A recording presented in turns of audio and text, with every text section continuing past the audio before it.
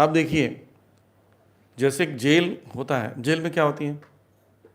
Jail में सलाखें, dress change होता है। जेल अच्छा उदाहरण है, कारागार बोला या एक बहुत अच्छा उदाहरण हम जीवात्माओं के लिए। जेल है, वहाँ पर ड्रेस नया दिया जाता है, अलग ड्रेस होता है, वहाँ का यूनिफॉर्म होता है, और वहाँ पर सलाखें होती हैं, भोजन भी मिलता है, लाइट सुविधा, पानी, जल, शौच के लिए सुविधाएं मिलती है, खाने पीने के लिए चीज़ें मिलती हैं। गलतियाँ करने पर बहुत बुरी तरह पिटाई पड़ता है। बाहर आप गलतियाँ करोगे तो शासन वोसन दूसरे भर के नियम होंगे, अंदर नहीं होता, अंदर सिर्फ पिटाई पड़ती। गलती करो पिटाई पड़ेगी, सज़ा पे सज़ा बढ़ाएंगे। जितना ज़्यादा रिबेल करोगे, जितना ज़्यादा विरोध करोगे, उतना ज़्यादा सज़ा में बढ़ता जाता है अंदर। ऐसे सब कैदी लोग के साथ रह रहे हैं बड़े से जेल में, बड़े से सलाखों के बीच में ना। अगर बदमाशी करोगे, छोटा सेल, 4-5 लोग, और ज़्यादा बदमाशी करो और छोटा सेल। एक काल कोठरी रहती, एकदम अंधेरा, सब बांध कर रखें, ऐसे हिल भी नहीं सकते, ऐसे बैठे रहोगे। खाना खाने के लिए बस खोलेंगे, खाओ, शौच जाने के लिए खोलेंगे, बस वापस बंद। जितना बदमाशी करने से, जितना ज़्यादा हम राक्षसी प्रवृत्ति को डेवलप करते हैं, उतना ज़्यादा हमको निम्न योनि में जाना पड़ता है। यही कर सकते हो तुम, केंचुए बन जाओ, पूरे दिन भर में चलने के बाद भी आप 10 मीटर नहीं चल पाओगे। यह है केंचुआ की ज़िंदगी। और अच्छा ज़िंदगी मिले, और अच्छा ज़िंदगी मिल सकता है पशुओं में। मनुष्य का बुद्धि लगाकर वैरायटीज ऑफ चीज़ें एंजॉय कर सकता है, राइट। यानी जितना ज़्यादा आप इस संसार में पाप करोगे, उतना ज़्यादा कड़ा सजा होगा, ठीक। तो उन सजाओं को कैसे पता चलेगा किसके कर्म कैसे हैं? एक व्यक्ति के जेल में जाने पर उसका सारा डॉक्यूमेंट्स होते हैं, इसने क्या क्या काम किए हैं, कहाँ नौकरी करता था, कहाँ से मर्डर किया या जो भी क्राइम किया, उसका पूरा हिसाब किताब एक फ़ाइल में होता है। वो क्रिमिनल फाइल होती है उसकी, राइट, वो जेलर के पास होता है। ऐसे ही हम सबका क्रिमिनल फाइल जो है वो दुर्गा जी के पास है। दुर्गा जी जेलर है, वो है, और उसी क्रिमिनल फाइल में उसको बोलते हैं हम लोग जन्म कुंडली। वो क्रिमिनल फाइल और कुछ नहीं है, उसको लेकर इतना ज़्यादा हम लोग परेशान रहते हैं। हमने जो कांड किए हैं पिछले जन्म जन्मांतरों में, उसका हिसाब किताब लिखा है उसमें, उसी के हिसाब से उस। अब वो कोड कैसे हैं? जैसे IPC 302 के तहत, IPC 305, 307, 472 ऐसा कुछ लिखा होगा, वो सब कोड लिखा होगा, उसके सामने रूल्स लिखे, इसने क्या क्या किया उसको देख के डिकोड करते हैं उसको। ऐसे ही नक्षत्रों का हिसाब किताब रहता है कि ये यहाँ पर है, यहाँ पर है, ऐसा है, ऐसा है। नक्षत्र से पता चलता है इसकी गुरु धीमा है, इसके शनि जो है राहु की तरफ दृष्टिपात कर रहा है, देख रहा है। तो वो कोड डिकोड करना हमें आता नहीं है। डिकोड जिसको करना आता है उसको मतलब भविष्यवक्ता कहते हैं, ज्योतिषी चारी कहते हैं। बस इतना ही अंतर है, होता वही है, राइट। तो किसी किसी का अच्छा होता है, किसी का राजयोग, नीच चंडाल योग होता है, किसी का सामान्य योग होता है, किसी का बहुत पुअर योग होता है, किसी का यति योग होता है, संन्यास। राजयोग वाले एकदम राजा की तरह ज़िंदगी बिताएं, कहीं भी रहें। एक माता जी ने मुझे पूछा कि प्रभु जी मेरी बहू का कुंडली देख लीजिए, बेटे से मिल रहा है कि नहीं मिल रहा है। मैंने बताया बेटे का कुंडली राजयोग है और बहू का भी राजयोग है, शादी हो गई। अब वो बहू पूरा खाना बनवाती सास से। तो बोले प्रभु जी क्या कुंडली देखा था? बोला मैंने तो राजयोग बहू को बताया था, आपका नहीं बताया था। आपका नीच चंडाल योग है, आपको कुकिंग करके खिलाना पड़ेगा। वो अभी भी खिला रही है। तो क्या है वो, उसमें आप उसको दोष नहीं दे सकते बहू को, राइट। अभी कर रही गड़बड़ तो उसका दोष हो, अगले जन्म मिलेगा उसको, लेकिन जो एंजॉय कर रही हो पिछले जन्म का फल है। तो हम दूसरों को क्यों दोष दें? यानी कुंडली के हिसाब से देखा जाए तो हमारे साथ जो कुछ हो रहा है वो सही हो रहा है। और डिकोड करके समझाता कोई तो बुरा लगता है, कर कुछ नहीं सकते, राइट। तो यही है, जो व्यक्ति विद्वान ज्योतिषी होता है वो तथ्य पर कुंडली तैयार करता है, एकदम परफेक्ट, जैसा फैक्ट है उसे निकाल के दिखाएगा। तो आजकल बहुत कम मिलते हैं, बहुत कम लोग आपकी जानकारी सही बता सकते हैं आपके साथ क्या क्या एग्जैक्टली हो रहा है। आजकल इंटरनेट पर ऐप में मिलते हैं, उसमें भी लोग देखते रहते हैं।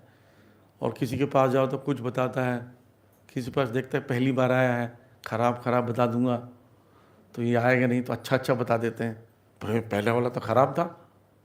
फिर इसी के पास जाते हैं, फिर वो सब क्वेश्चन पूछते जाते हैं, फिर वो बताते जाता है सर गड़बड़ कैसे हो रहा है हमारे साथ। बोले आप ये कर लीजिए, ये कर लीजिए, होता है सब, गड़बड़ जो है वही होगा आपके साथ, कितना भी कर लीजिए। झूठे मूठे नियम बता देते हैं, जैसे नियम बता देते हैं कि 3 प्रकार के आपके कर्मों जो कि रिएक्शन उसको नलीफाई करने का प्रयास जो होता है 3 प्रकार का होता है। पहला प्रयास होता है तामसिक होता है। तामसिक में जिसमें हम लोग ऐसे तमस का उपचार करते हैं कि जानवरों को खिला दो, चींटी को आटा खिला दो। मैं अभी देख रहा था तो समय एक माता जी चींटी को आटा खिला रही थी, उसके अंदर दया थोड़ी चींटी को खिलाने के लिए, कई बार चढ़ के गई उसके पर। आज क्यों खिला रही है? क्योंकि कुंडली में आ गया ऐसा। देखिए बहन जी, आपको चींटी को आटा खिलाना पड़ेगा, तभी जाके आपका ठीक होगा। गाय को चारा दो, मछली को आटा खिलाओ, कुत्ते को बिस्किट खिलाओ, कुत्ते को भले खुजली हो जाए उससे कोई मतलब नहीं है। मीठे खाने से जानवरों को खुजली होती है, लोग बिस्किट खिला रहे हैं। तो ये सब तामसिक होता है। और उसके राजसिक क्या होता है? ये मणि आदि पहनते हैं, मणि पहन लिया, चक्र पहन लिया। काले घोड़ी की नाल पहनने से आपकी किस्मत चमकेगी। आपने जो पहना है वो काले घोड़े का, सफ़ेद घोड़े का है, क्या पता गधे का हो, आपने उसको पहन रखा, किस्मत उल्टा हो गया, उल्टा नहीं। फिर होता है सात्विक वाला। सात्विक में यज्ञ आदि करते हैं, उसका अनुष्ठान करते हैं। जैसे पुत्रिष्ठ यज्ञ होता है, पुत्र को प्राप्त कर, पुत्र है नहीं, ऐसा होता है। पर ये सब भी ना टालने वाली बात है, इस सब से टलता है बस, और कुछ नहीं होता है। जैसे आप एक आदमी है, डॉक्टर साहब मेरे घुटने में दर्द है, फाट से थप्पड़ मारा, अब सर यहाँ दर्द है, अब घुटने का दर्द वो तो पता नहीं चल रहा।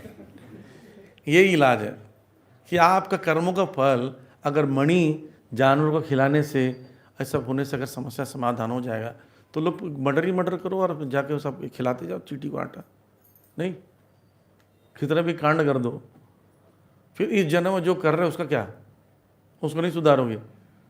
कर्मों का हिसाब किताब मिलता है। हाँ, थोड़ा सा डाइवर्ट हो जाता है, टाइम डिले हो जाता है, कहीं और हो जाता है प्रॉब्लम, है ना। बच्चे की शादी नहीं हो रही है, आपने कुछ अनुष्ठान किया, बच्चे की शादी हो गई, खतरनाक पत्नी आ गई, लो समस्या उतनी रहेगी। आपको एंग्जाइटी मिलना है, एंग्जाइटी मिलेगा, एंग्जाइटी से भाग नहीं सकते। इसलिए हम बोल रहे हैं कि ये एक महान विज्ञान है, किंतु यदि इसका दुरुपयोग होता है तो इससे निरर्थक नहीं बन जाता। महाराज परीक्षित या भगवान के भक्त, भगवान भी किसी शुभ नक्षत्र राशि में प्रकट होते हैं और शुभ क्षण में जन्म लेने वाले शरीर पर इन नक्षत्रों का प्रभाव पड़ता है। जन्म ऐसा बनाया गया, बोले इसको कब जन्म लेना है, देखिए इसका डिकोड करने का है, इसी समय जन्म दिया जाए, क्योंकि उसी से उसका गणना हो सकता है। जैसे मैंने एक कथा बताई थी पहले, उस कथा में बताते हैं एक ज्योतिषाचार्य रहते हैं, बहुत ही महान। वो किसी राज्य में रहते हैं, तो उस गांव में, उस राज्य में अकाल पड़ता है, वह वर्षा नहीं होती महीनों तक, और बहुत सारा समस्या आ जाती है। राजा बोलता है कि कोई ये बता दे कि कब होने वाला है वर्षा, तो मैं उसको बहुत बड़ा इनाम दूंगा, कम से कम तसल्ली तो हो जाएगी। तो गांव के बहुत लोग आते हैं, तो एक ज्योतिषाचार्य बहुत फेमस रहता है, उसको बुलाते हैं। वो बोलते हैं कि आपके यहाँ पर वर्षा आज से 10 दिन बाद रात को वर्षा होगी। वर्षा हो जाती है 10 दिन बाद, बड़ा खुश हो जाता है, उसको राज्य के प्रमुख ज्योतिषी में पोस्ट मिल जाता है।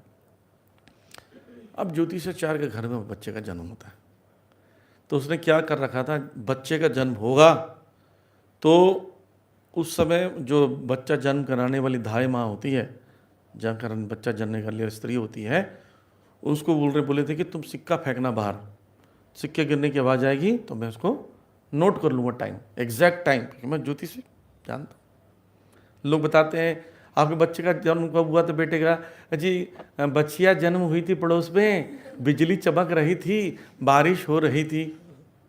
कैसे पता कर लोगे? चलो बारिश हो रही थी, बारिश का 4 महीने, कितना कैलकुलेट करोगे? तो ऐसा आप बताते हैं पुराने ज़माने में लोग याद नहीं रखते थे। हॉस्पिटल में भी टाइम नोट करते थे, वहाँ बच्चे का जन्म हुआ, उसको सब कुछ करके क्लीन करके जाकर नोट लिखते हैं, टाइम देखते हैं, फिर लिखते हैं। थोड़ी जन्म होते सर टाइम देखते हैं, वो आपके लिए क्यों पढ़ा है, हज़ारों बच्चे जन्म हो रहे हैं। तो उससे सिक्का फेंक देगी ना, उसको सिक्का पकड़ाए थे, जैसे ही बच्चे का जन्म होगा सिक्का फेंक देना बाहर, तो मैं उसको टाइम नोट कर लूँगा, एग्जैक्ट टाइम होगा, मेरे बेटे का सारा डिटेल है। सिक्का फेंका, नोट किया टाइम, उसने सारा कैलकुलेट किया, उसको देखा ये मेरा बच्चा तो मेरा पूरा लाइफ बर्बाद करने वाला पैदा हो गया। तो अंदर जाता है, बच्चे को उठाता है, कूड़े में फेंक देता है बाहर जा। और समय बीतते जाता है, कई वर्ष बीतने के बाद फिर सकाल पड़ता है गाँव, और फिर से उनको बुलाते, ज्योतिषी को बुलाया जाता है कि बताओ कब वर्षा होगी। बोले सर महाराज जी 10 दिन बाद फिर से वर्षा होगी। ठीक 10 दिन बाद वर्षा होगी, मेरी गणना तो यही बताती।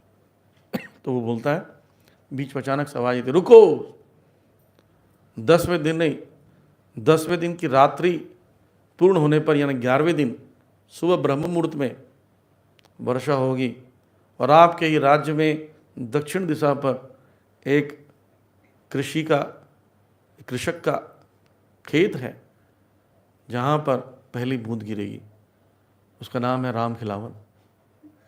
नाम बता दिए। बोलते तुम कौन हो? बोले मैं बात बताऊंगा, पहले घटना हो जान दो। और दिन ब्रह्म मुहूर्त के समय ही वर्षा गिरती है, उसी खेत में एक बूंद। बोलते ये भाई इतना कैसे जानता है? बोले तुम इतना कैसे, कौन हो तुम? बोले मैं इसका पुत्र हूँ, इस व्यक्ति का। बोले हैं कैसे हो सकते? बोले तुम मेरे पुत्र नहीं हो सकते, गणना के हिसाब से तो तुम मेरे पुत्र नहीं हो सकते, तुम इतना ज्ञान इतनी बुद्धि नहीं होनी चाहिए थी। बोले गणना क्या किए थे आप, कैसे गणना किए थे? बोलते मैं गणना किया था, सिक्का उछाली थी। सिक्का जब उछल कर ऊपर आता है तो 2 सेकंड का फर्क पड़ जाता है, तो आपने जो टाइम लिखा वो 2 सेकंड के बाद का था, तो गणना गलत आ सकती है। तो सोच लीजिए, हम लोग जो बताते हैं कितना बताते हैं, ऐसी 8 बजे के आसपास होगा, 8:05 लिख लो, 6 लिख लो, आप क्या करोगे? ऐसे बोलते हैं लोग। एक बोलते हैं कि दोपहर का समय था, दोपहर 12 से 4 के बीच में कभी भी लिख लो। अरे अक्कड़ बक्कड़ बम्बे वो से लिख दें, हम कैसे में लिख दें? यहाँ पर एक सेकंड में पूरा जीवन परिवर्तन हो रहा है ना? और फिर लोग बता नहीं पाते जन्म कहाँ हुआ था, कहाँ हुआ था, गांव में। कहाँ गांव है? समस्तीपुर है हमारा गांव। समस्तीपुर में भाई कहाँ है? जो लोकेशन होता है, कोऑर्डिनेट होता है। अब पूरा डिस्ट्रिक्ट है, डिस्ट्रिक्ट का कोऑर्डिनेट कैसे निकालोगे?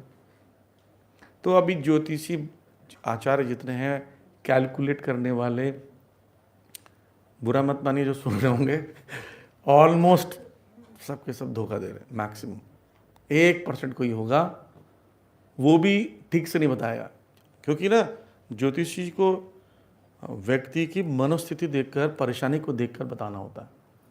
जैसे बता सर जी हमारा मृत्यु कब हुआ? कल है, तुम आज ही मर जाओ सुन सुनकर, कल है तुम्हारा।